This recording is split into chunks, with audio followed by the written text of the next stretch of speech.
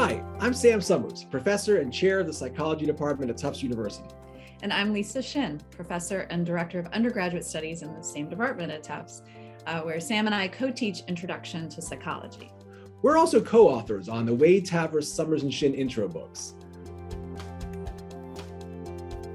Why are we excited about being part of this title? We can give you a lot of reasons for that. We're going to keep ourselves to a quick 4 of them. Number 1, the Wade Tavris franchise has long been known for its focus on developing students' critical thinking skills. That's a priority that Lisa and I have always shared in our own intro psych course, and it's one that we've maintained and developed as co-authors. Second, in our work on Wade Tavris, Sommers, and Shin, we've continued this title's emphasis on psychology as the scientific study of real-world phenomena and students' daily lives. We incorporate current events and popular culture into our presentation of the material and try to do so with writing that's conversational and engaging. Third, our title has a long-standing focus on incorporating cross-cultural perspectives, both across and within societies.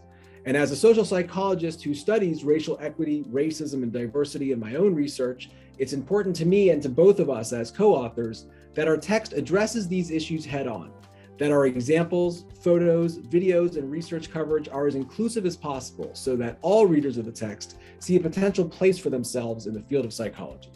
And last but certainly not least, decades ago, Carol Wade and Carol Tavris' new intro psych textbook was one of the first to be authored by 2 women. It was written at a time when including feminist perspectives in psychology seemed to some to be radical. We're proud to be carrying on this legacy of the Carols in the newest edition of Wade Tavris, Sommers, and Shin in terms of the gender representation of the scientists we cover, but also via thoughtful consideration of gender, sex, and sexuality throughout. Well, one of the biggest challenges and opportunities of writing a textbook is trying to keep up with our students and the world around us.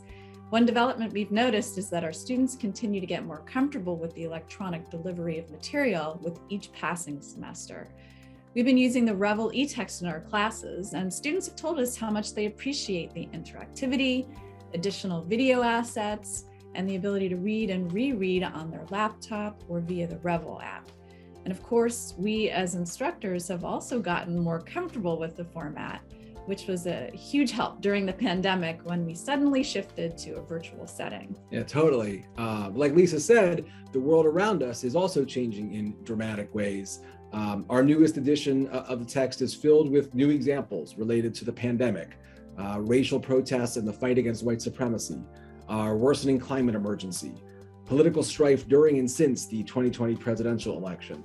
Psychological science provides a theoretical and empirical lens for better understanding many of these issues and perhaps for efforts to try to improve them.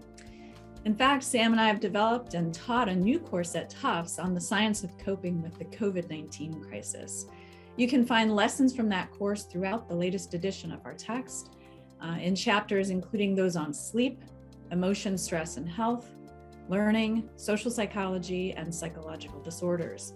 We've also put together a video series as a supplemental resource for instructors teaching during this time of COVID-19. In each brief video, Sam and I have an informal conversation in which we check in with each other and explore how concepts from psychological science might provide useful insight for navigating the pandemic. Well, we've already touched on a few of our answers here, including the COVID video series. But 3 additions we also want to tell you about are new features titled Critical Thinking Illustrated, Replication Checks, and Revisiting the Classics.